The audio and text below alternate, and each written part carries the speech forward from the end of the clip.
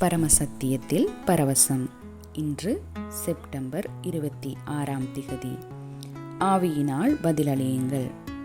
மாம்ச சிந்தை மரணம், ஆவியின் சிந்தையோ ஜீவனும் சமாதானமுமாம். ரோமர் 8:6. தேவனுடைய விருப்பம் நாம் ஆவிக்குரியவர்களாக இருக்க வேண்டும் என்பது மட்டுமல்ல, அந்தகார வல்லமைகள், ஆவிக்குரிய துன்மார்க்கம் மற்றும் சாத்தானின் வழிபாட்டர்களும் ஆவிக்குரியவை. நாம் அவருக்கு ஆவிக்குரியவர்களாக இருக்க வேண்டும் என்று அவர் விரும்புகிறார். எனவே அவருடைய ஆவியின் திசையில் நமது இதயம் இருக்க வேண்டும். எனவே நமது இதயம் அவருடைய வார்த்தையில் சொல்லப்பட்டவற்றுடன் ஒன்றுக்க வேண்டும். அவருக்கு தேவை நாம் அந்த சூழ்நிலையில் செயல்படுவதே. அன்பின் சூழ்நிலையில் நாம் செயல்பட வேண்டும் என்று அவர் விரும்புகிறார். ஒரு உதாரணத்தை எடுத்துக்கொள்ளுவோம்.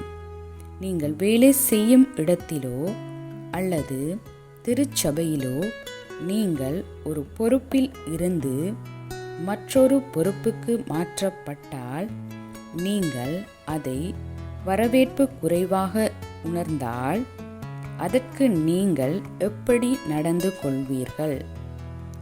உலக பிரகாரமாக நடந்து கொள்வதற்கு பதிலாக நீங்கள் ஒடுக்கப்பட்டிருக்கிறீர்கள் என்று குறை கூறுவதற்கு பதிலாக ஆவிக்குரிய ரீதியில் பதிலளிக்கவும். ஆவிக்குரிய ரீதியில் சிந்தியுங்கள். ஆவிக்குரிய மனநிலையை பெற நீங்கள் அன்பில் நடந்து கொள்ள வேண்டும்.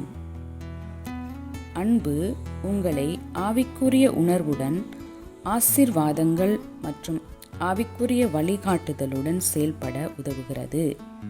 எனவே உங்கள் வாழ்க்கையில் எப்போதும் நம்பிக்கை, எதிர்பார்ப்பு மற்றும் அன்பு ஆகிய 3 இடத்திலிருந்தும் பாருங்கள்.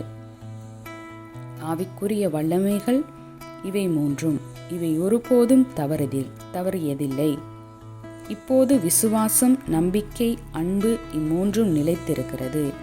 இவைகளில் அன்பே பெரியது. 1 கொரிந்தியர் 13:13. நாம் அவற்றை 1 தெசலோனிக்கேயர் 1:4 பார்க்கிறோம். எங்கள் ஜெபங்களில் இடைவிடாமல் உங்களை குறித்து விண்ணப்பம் பண்ணி எல்லாருக்காகவும் எப்பொழுதும் தேவனை ஸ்தோத்திரிக்கிறோம். உங்கள் மனதை ஆராயவும், உங்களுக்காக எடுக்கப்படும் செயல்களின் பதில்களை ஆராயவும், அந்த 3ஐ பயன்படுத்தவும். இதுபோன்ற செயல்களை உங்களுக்கு எதிராக காணாதீர்கள். இல்லை என்றால் நீங்கள் சிக்கலில் மாட்டிக்கொள்வீர்கள். உலக மரணம், அதன் அர்த்தம் காரியங்கள் கீழே விழுந்த ஒருவருடைய வாழ்க்கையை அளப்பதில் உங்கள் மகிழ்ச்சி, உங்கள் உருவாக்கம், திறன் மற்ற எல்லா தரிசனங்களும் விழுவதும் ஏனென்றால் மாம்சத்தினூடாக விவாதம் மரணத்தை கொண்டு வருகிறது. வேதம் சொல்கிறது, மாம்ச சிந்தை மரணம், ஆவியின் சிந்தையோ ஜீவனும் சமாதானமுமாம். ரோமர் 8:6. மனித புரிதலுக்கு அப்பாற்பட்ட வாழ்க்கையின் முழுமையை நீங்கள் அனுபவிக்க, தேவனுடைய சமாதானத்தை அனுபவிக்க விரும்பினால் இப்பொழுதே ஆவிக்குரிய ரீதியில் சிந்தியுங்கள். ஜெபிப்போம். அன்புள்ள தகப்பனே, எல்லா சத்தியத்துக்குள்ளும் என்னை வழிநடத்தும் உங்கள் ஆவியின் வரத்துக்காக நான் உங்களுக்கு நன்றி கூறுகிறேன். ஒவ்வொரு சூழ்நிலையிலும் நம்பிக்கை மற்றும் அன்புடன் பதிலளிக்கும் ஒரு ஆவிக்குரிய மனநிலை எனக்கு உள்ளது. ஒவ்வொரு செயலையும், ஒவ்வொரு சூழ்நிலையையும் உமது வார்த்தைகளின் மூலம் பார்க்கிறேன்.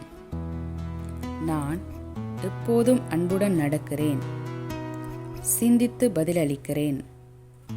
உமது நாமத்துக்கு மகிமையை கொண்டு வருகிறேன். இயேசுவின் நாமத்தில்